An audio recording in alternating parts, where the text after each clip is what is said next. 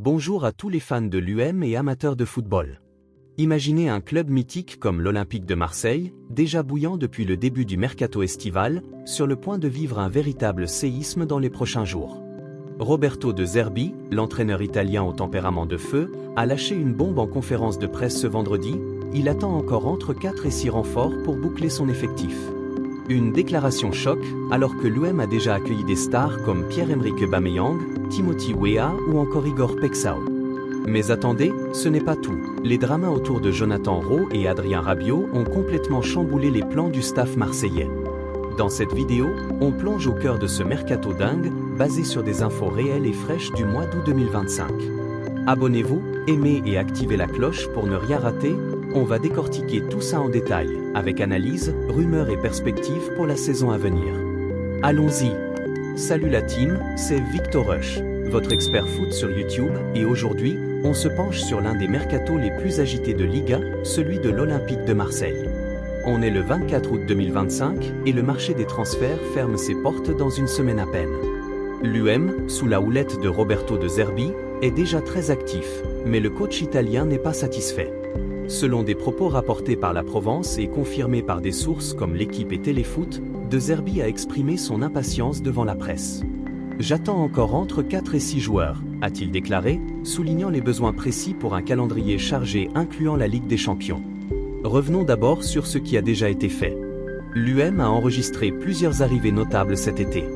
Parmi elles, Seji Egan Riley, ce jeune défenseur anglais polyvalent venu de Burnley, qui apporte de la profondeur en défense centrale. Facundo Medina, l'Argentin solide de Lens, a rejoint les rangs pour renforcer l'axe défensif. Angel Gomes, le milieu créatif formé à Manchester United et passé par Lille, ajoute de la technique et de la vision au milieu de terrain. Pierre-Emerick Aubameyang, le retour du roi. Après un passage mitigé à Chelsea et un bref séjour au Barça, l'attaquant gabonais est de retour à Marseille pour booster l'attaque avec son expérience et sa vitesse. Timothy Weah, prêté par la Juventus, apporte de la polyvalence sur les ailes, tandis qu'Igor Pexao, arraché à Feyenoord pour environ 30 millions d'euros selon Transfermarkt, promet des étincelles sur le flanc gauche avec sa technique brésilienne. Mais pourquoi De Zerbi en veut-il encore plus ? Le coach italien, connu pour son style de jeu offensif et exigeant inspiré de son passage à Brighton, a dressé une liste claire des profils recherchés. D'abord, un latéral gauche titulaire. Avec les départs potentiels et les blessures récurrentes, l'UM vise quelqu'un comme Kostas Tsimikas de Liverpool, selon Foot Mercato. Un défenseur central supplémentaire est aussi prioritaire. On parle d'un retour possible d'anciens ou d'un coup comme Facundo Medina n'était que le début. Au milieu, au moins un renfort pour compenser le départ imminent d'Adrien Rabiot, qui a été placé sur la liste des transferts après un incident avec Jonathan Rowe. Et en attaque, 2 doublures offensives pour supporter un calendrier de plus de 40 matchs, Ligue des Champions incluse. Parlons justement des récents événements qui ont modifié les plans. Jonathan Rowe, l'ailier anglais arrivé de Norwich l'an dernier, a été transféré à Bologne pour 19 millions d'euros, comme annoncé par l'UM sur leur site officiel. Ce départ fait suite à une altercation avec Rabiot lors d'un match contre Rennes à Roazhon Park, qui a dégénéré en vestiaire. Marseille a confirmé que Rowe et Rabiot étaient disponibles pour un transfert, mais surprise, De Zerbi a ouvert la porte à une réintégration de Rabiot. Dans une conférence de presse après la victoire 5-2 contre Paris FC, l'Italien a déclaré « J'espère que les choses vont s'arranger avec Rabiot ». Il s'est excusé avant-hier à la commanderie. Selon Téléfoot, le vestiaire marseillais soutient même le Français, et De Zerbi lui a donné des conseils paternels. Cependant, Rabiot a été proposé au Napoli et à l'AC Milan, qui montrent de l'intérêt, d'après le Disport et Di Marzio. Ces départs en cours, comme ceux de Rowe, Azzedine Ounahi, qui pourrait rejoindre Panathinaikos en fin de prêt, et potentiellement d'autres comme Luis Enrique ou Quentin Merlin, offrent des marges de manœuvre financières à Pablo Longoria et Mehdi Benassia.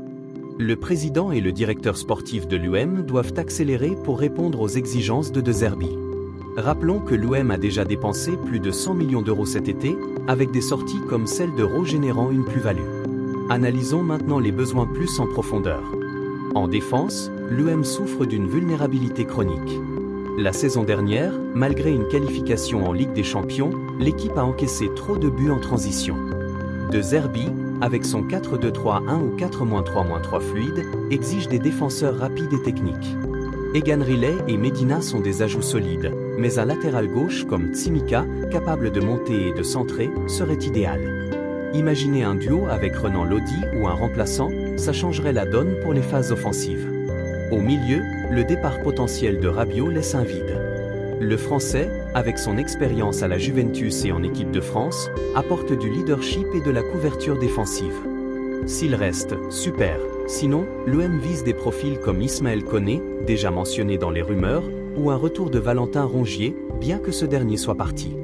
Les fans sur X, anciennement Twitter, sont divisés. Certains, comme @fanim, soulignent que Rabiot n'a tué personne, son entourage a envenimé les choses. Tandis que d'autres craignent un vestiaire instable. En attaque, avec Aubameyang, Weah et Pexao, l'OM a de la qualité, mais des doublures sont essentielles. Neal Maupay, arrivé d'Everton, est une option, mais De Zerbi veut plus de profondeur pour gérer les rotations. Des rumeurs parlent d'un ailier comme Jonathan Roetet, mais maintenant qu'il est parti, peut-être un coup surprise comme Alexis Koum ou un jeune talent. Regardons le contexte plus large. L'UM entre dans sa deuxième saison sous De Zerbi, qui a signé pour 3 ans en juin 2024.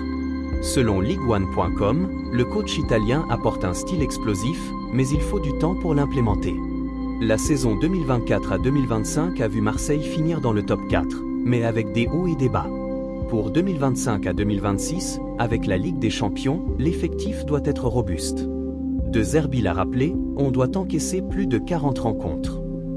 Les supporters, via des posts sur X comme ceux de @Quoem qui parlent d'une possible démission si les dirigeants ne bougent pas, sont impatients.